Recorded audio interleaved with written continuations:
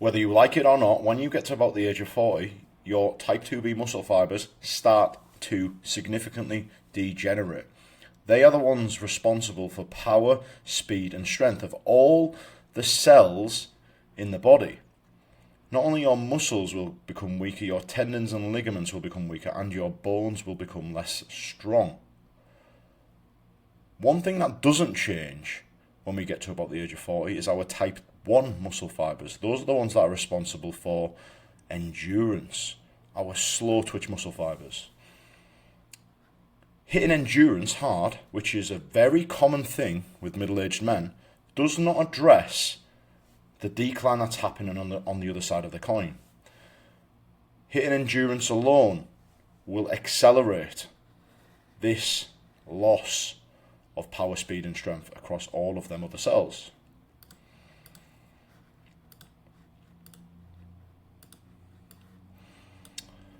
Weightlifting will not make you slow. You will be a lot slower in 10 years if you continue skipping it. Gentlemen, welcome to this video. I'm talking heavily about endurance and the huge thing to be aware of when you enter an endurance mission. You're going to leave this video with a full understanding on why endurance training destroys your joints and how exactly to counteract this. Those of you that are new to the channel, welcome. My name's Paul Green and I'm a former British paratrooper and Special Forces Support Group operator. This job role is extremely endurance demand. It has a massive endurance demand. Aerobic endurance, muscular endurance through lower body and upper body. They are required to be placed with limited resources anywhere in the world and just cope for days on end basically. So they are needed to be trained to that requirement. And the drawback of that is what I'm going to talk about in this video. My unique experience with this, I used to work in the gym training these geezers, and I seen the negative effects of high endurance requirement, and then we had to make an adjustment, and the adjustment, which is what we'll talk about later on in this video, which massively helped reduce the risk of injury. So you can probably say that I have a unique perspective on all these matters. If you enjoy them, treat yourself. I hope you continue to enjoy them and subscribe to the channel and stick around, comment. Let's have a discussion about all of these matters. Nowadays I'm full-time online through the longevity program, which is my program to solve this issue. I'm sick of seeing men over the age of 40 fall away from their adventure sports, extreme sports, which have kept them on the right track for many, many years. I've seen this prevalent in Brazilian Jiu-Jitsu, where some of my close friends have had to have an early retirement because of arthritic symptoms, chronic arthritis. They could have all been avoided, and there still could be an intervention for them if they just managed to bring themselves to make some adjustments. So the plan for today, we're going to talk about endurance training specifically. What is it? What does it cover? You may think that what you are currently doing is not endurance training. Well, we'll have a discussion about that. Pros and cons, because there is pros. Trust me, there is absolute great pros of endurance. The repercussions of a lot, I call this the midlife crisis endurance mission. Crazy time-bound endurance goals. You'll know people specifically that do this. Like, I want to do a half marathon, I want to do a marathon, I want to do a cross-country ski. I just want to do something crazy because I've been divorced and for some reason it's always an endurance mission. I don't know why. I really don't know why. Maybe you can comment below on why you think men choose endurance. Cycling, Ironman, I don't know why. Why do you think this happens? Please help me out because I'm confused on that. We'll tap into my experience of training paratroopers. Like I said earlier on, I've trained them a lot, so I've got a lot of experience of training people at mass, like hundreds, probably thousands of people I've trained to be elite endurance performers. And I've seen the intricacies of the programming, and I've seen I've seen the negative effects of this when I've been training them at their training establishment in order to get them ready for something mental within 20 weeks. I've seen the negative things happen time and time and time again, and I've seen the reasons why. So I'm very experienced and I'm very qualified to talk about this. Obviously, you wouldn't be here if you didn't get this at the bottom, which is how you're going to solve this issue.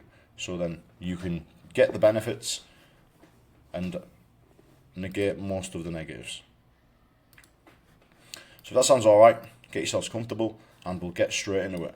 So I'll make myself bigger so you can enjoy my glorious face. Endurance training. Endure. Doing something for a long period of time. People mostly will do this. However, this spans across skiing, rock climbing. I'm going to stop moving my mouse because it's bad crack for yous and for me. It's a silly habit. Rock climbing, mountain biking, mountaineering, grappling.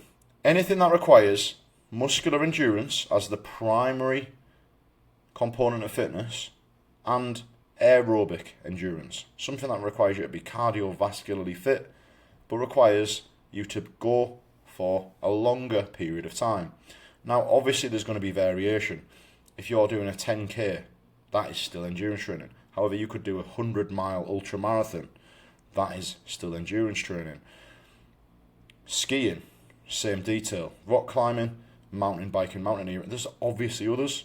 If you are doing others and you fall short of this, then absolutely mention your situation below and we'll talk about it. So endurance training, endure. Doing something for an extended period of time requires a lot of endurance, muscular endurance and aerobic endurance. The pros and cons. The first main pro is to do something for an extended period of time requires mental resilience. And this is one of the huge pros of endurance, the endurance world. It requires you to disconnect from everything that's going on in life, your family life, your friends, your relationships, your kids, and you are solely focused on whatever you are doing, running, skiing, rock climbing, mountain biking, grappling. And there is an absolute beauty in that. It requires you to overcome that inner voice in your head when things aren't going your way. It requires you to constantly reevaluate and overcome stopping, having a rest, keep going, all of this stuff. So there's a huge psychological benefit to endurance training. And I will stop that there. Obviously, there's a couple of physiological benefits as well. You're going to develop your cardiovascular system. You may develop your VO2 max if you train at the right intensities. You will absolutely develop your muscular endurance in certain areas. However, the huge cons is that you're not training your power, your speed, and your strength when you are doing endurance things like this. And the problem is, if you don't train your power, speed and strength, your joints are just going to fall to pieces after a certain amount of time. One of the other things where these really fall short is their lack of a full range of motion. For example, running will have you moving your legs like this, unless you're sprinting. Obviously, if you were sprinting, it wouldn't fall into endurance. But you're not really moving your knees through a full range of motion. You're not really moving your hips through a full range of motion. So the knock-on effect of that, 6 months, 12 months, 18 months down the line, is that you are not going to be strong through a full range of motion. Look at a marathon runner's body. They are so finely tuned, but at the elite level, they're doing their other work to make sure they're getting their full range of motion work in. Skiing, again, locked into certain positions. Obviously, you could argue with skiing there is a bit more knees, there's a bit more hips happening, there's a bit more upper body potentially. Rock climbing, of course, there's an argument to be made that you are working multiple ranges of motion at length.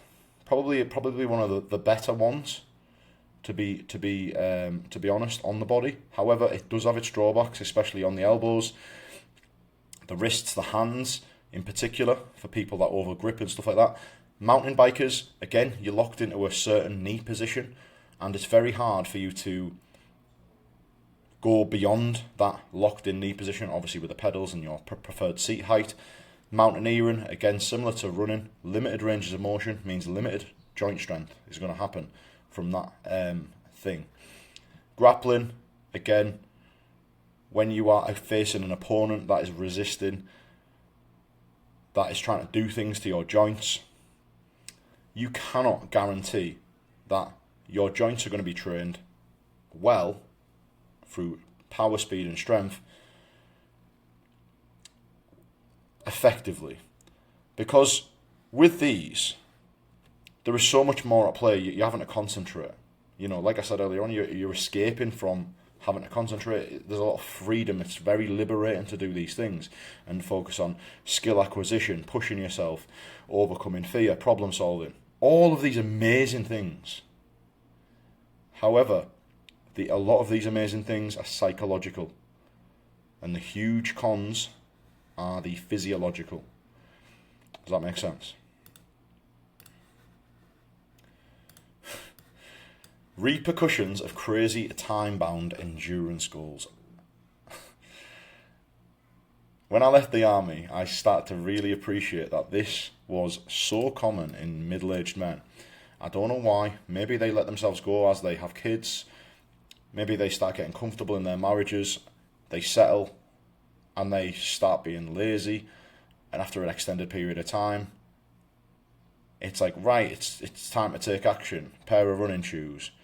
And they want to do a marathon or an Ironman. And they just go all in on endurance like a man would do, you know, laser focused, don't look left and right, just boom, I'm going to do this, this is what's going to happen. And I just call it the midlife crisis endurance mission. Because endurance, as much as it's very accessible, very cheap to do, pretty beneficial, psychologically beneficial, I would say. It comes with huge risks, especially in this age group. So my experience when I was training recruits to become paratroopers, us as PTIs have 20 short weeks to get somebody off the streets from anywhere in life. Could have been plumber, could have been working in a retail park, could have been working at McDonald's, could have been a banker. All different parts of the world, all different parts and professions. We get them from zero. When I say zero, zero military endurance fitness, zero military fitness. And we have 20 weeks to get them ready for one of the hardest military courses in the world. Now, you can link this easily to that crazy endurance mission that most men go through. Or, I want to do a marathon, I want to do this, I want to do this mountain, I want to do that. So, the physical, the muscles, the joints, the repercussions of this is mental. The thing is, with the parachute regiment, they have strict timelines to adhere to. They will not push that 20-week time period back and make it 30 weeks. They were not willing to do that because they use that as a massive filter to get the right character into that unit. So from week 0, week 1, week 2, week 3, all the way up to week 20, their training is heavily endurance based. A lot of miles on the legs, a lot of hill running, a lot of loaded marches, and in order to get them for the goal, which is the endurance goal, which is called P Company. Passing that, and then they're considered fit enough to jump out of a plane in military kit. So the requirement is an endurance requirement over 20 weeks. And me as a PTI who's delivered this to hundreds of recruits, hundreds of people, probably just like yourself, with a different mindset, the body just starts breaking down. Like, it just starts breaking down. There is no question about it. You are doing limited range of motion, limited amount of strength is happening through your joints. It doesn't matter how old you are. 20-year-old kids, 25-year-old kids, 30-year-old, 35-year-old, 40-year-old. Your body will break. Now, the difference in this cohort is these young lads don't blame age as an excuse. Oh, I'm 20-year-old, or I'm just too young to be doing this much endurance. Now, if I take that same scenario into 50-year-old business networking event, and I say that to them, they're going to use age as an excuse. Oh, I'm too young, I'm too old for that. What the only difference between you and someone that's 20 is that you are more likely to use age as an excuse. Anyway, I'm not talking about that today.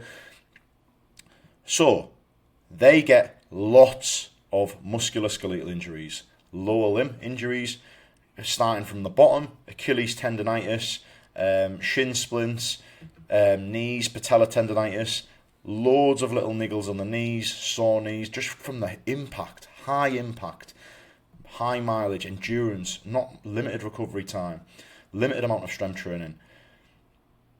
But this is just the way it is. This is just what happens. And then more miles, the miles get added up. As the weeks go on, they slowly get added up, and then the requirement becomes, obviously, to get to that 20-week goal. But we have to get them from zero all the way to doing a 10-miler, doing a 20-miler, doing a steeplechase run for 2 miles, doing a log race, which is carrying a telegraph pole for 2 miles, doing a stretcher race with an 80-kilogram stretcher for 5 miles up and down hills, in and out of water obstacles. Very endurance-based. But it's time-bound. And with things that are time-bound and not done properly, injuries are going to be huge. So if you are doing endurance and you are in the older category, the seniors, the masters, the men over 40, you need to be even more careful of this stuff, because the younger whippersnappers can get away with more shenanigans than you can. However, they are less likely to just do these crazy, emotional, these goals. And I have no question that goals are absolutely amazing, really powerful, and you should absolutely set yourself some crazy hard goals. However, I do definitely question you to check yourself with regards to this. The amount of time in which you allow yourself to achieve these goals. A duplicate slide. It is what it is. That's my experience. Very experienced in the endurance world, but a very unique experience, probably not the one that you were expecting. However, the repercussions of getting this wrong are extremely obvious to see, and it'd be a shame if I didn't pass that on to you. So how you solve this issue is by never neglecting strength training. And that comes from a mindset shift. Don't go to the gym to exercise. Don't think about going for a run. Don't think about skiing. Don't think about rock climbing as exercise. Think about it as training, and set yourself goals, performance goals with regards to training, whether that be to improve your leg strength by 30%. Because if you're improving your leg strength by 30% and you're training at a full range of motion, your knees have just got 30% stronger. This is what people don't realise. They don't realise that your knees will get stronger if you train at a full range of motion and train at a full range of motion. Concept number 2, safe loadability. Pick exercises in the gym in which you can put lots of weight on and it's still safe. Do you know what I mean? Obviously, there's a process to building up the amount of weight in which you can do. There's a process, standard. But make sure that you pick exercises which are safe to add load, and they're not going to do anything crazy to you, like weird CrossFit. Don't get involved in them shenanigans. It's a waste of time. There's too much complexity. There are safer ways to get strong.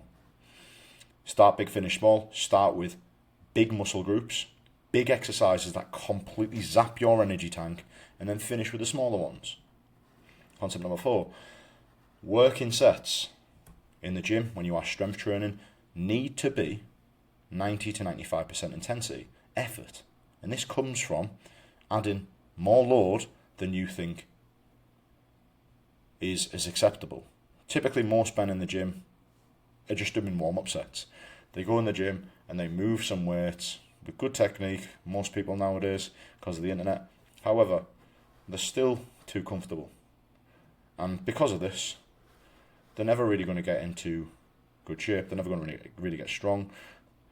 And then concept number 5, range of motion, especially in the older group. This is crucial. And I say this because every time you improve the weight that you lift and you're training at a full range of motion, you can guarantee that your knees are getting stronger every single week. It's not about lifting more numbers and having bigger muscles for a holiday. It's about improving the strength of your joints week by week.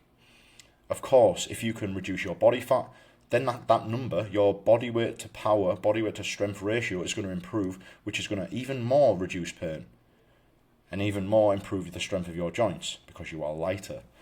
And then that goes back to your endurance stuff, and then that means the endurance stuff will cause you less dramas. With endurance, it's always awesome to follow this. And as you get more and more elite through the endurance world, some of you might be, then this may change slightly. But a really good rule of thumb to use when you are doing endurance activities, ones that prioritise aerobic endurance and muscular endurance, 80% of your volume in the week should be very easy. And 20% of your volume should be extremely hard. And now on a scale of 1 to 5, the 80% group wants to be about a 2 out of 5. I like to call this, people say talking pace, I like to undercut that and I like to say singing pace. So you'll go for a run, you'll go out on the slopes, you'll do your rock climbing, and it'll be so technical. You are not breaking a sweat, you are just building the fibres extremely efficiently. You are putting as little stress on the body as possible. And I do this when I grapple. I'm doing my zone 2. It's called zone 2. 2 out of 5, zone 2. I sound like a friggin' doing a mic check on a concert. 1, 2, 1, 2, 1, 2. Anyway, 80% of most of your volume. And then 20% of your volume is 5 out of 5, zone 5. Absolutely sending it. Sprints, disgusting, horrendous activities. And this is what's going to bring your VO2 max up. And you can also class this as strength and power and speed. Crucial. However, the problem is, with this 80%, you are not working any of these. You are not working range of motion when you are running. You're just literally moving the legs a little bit, moving the hips a little bit, moving the knees a little bit, moving your arms a little bit. It's not good enough. You need to do the extra stuff that is being untrained. And that's how you solve the issue. Gentlemen. So, rule to follow when you are programming it for yourself. Strength train more far away from your competition or the goal. And then the closer you get to it, reduce the strength training sessions. For example, a really good start point if you're using strength training to support your joints when you are doing an endurance activity would be 3 per week for a couple of months to really build some solid joint strength. After that, reduce it to 2 as you maybe increase the volume of your endurance thing, whether it be grappling, whether it be mountain biking. Then 1 per week. And then like the month before the competition, the event, 0. But you've accumulated so much gains in strength, in joint strength, that you are so much better suited to absorb the demands of your endurance discipline this way.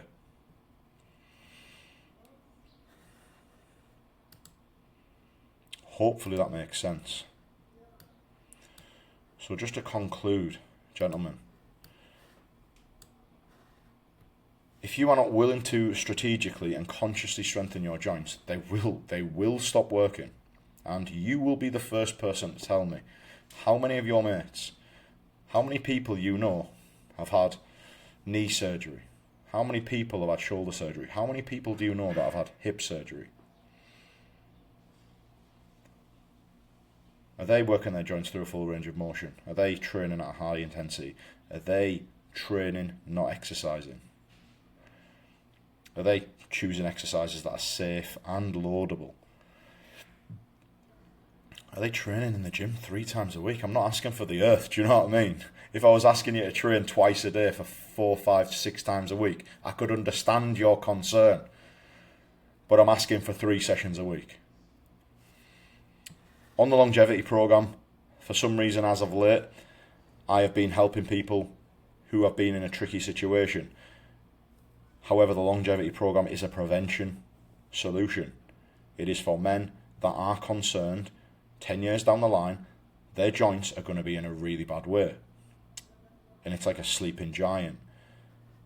However, if you are in a bad way, then absolutely book a call with me and we can maybe get you a solution put in place. If you think that you are too far into a rabbit hole where you have been too lazy for too long, let's be honest, it's laziness. Probably lack of knowledge and laziness combined. So gentlemen, thank you very much for your time. Huge subject, endurance, and the huge cons on your joints when you go on these sporadic endurance missions when you're over the age of 40. Be very, very careful with this stuff. And if you are 40, 50, 60, 70, 80, 90, 100-year-old and you have issues, book a call for the longevity program and we'll see what happens. We'll see if we can get you a strategy in place to get yourself a hell of a lot stronger than you've ever imagined. That will do me, and I will see you tomorrow. Hopefully you enjoyed the video. See you later.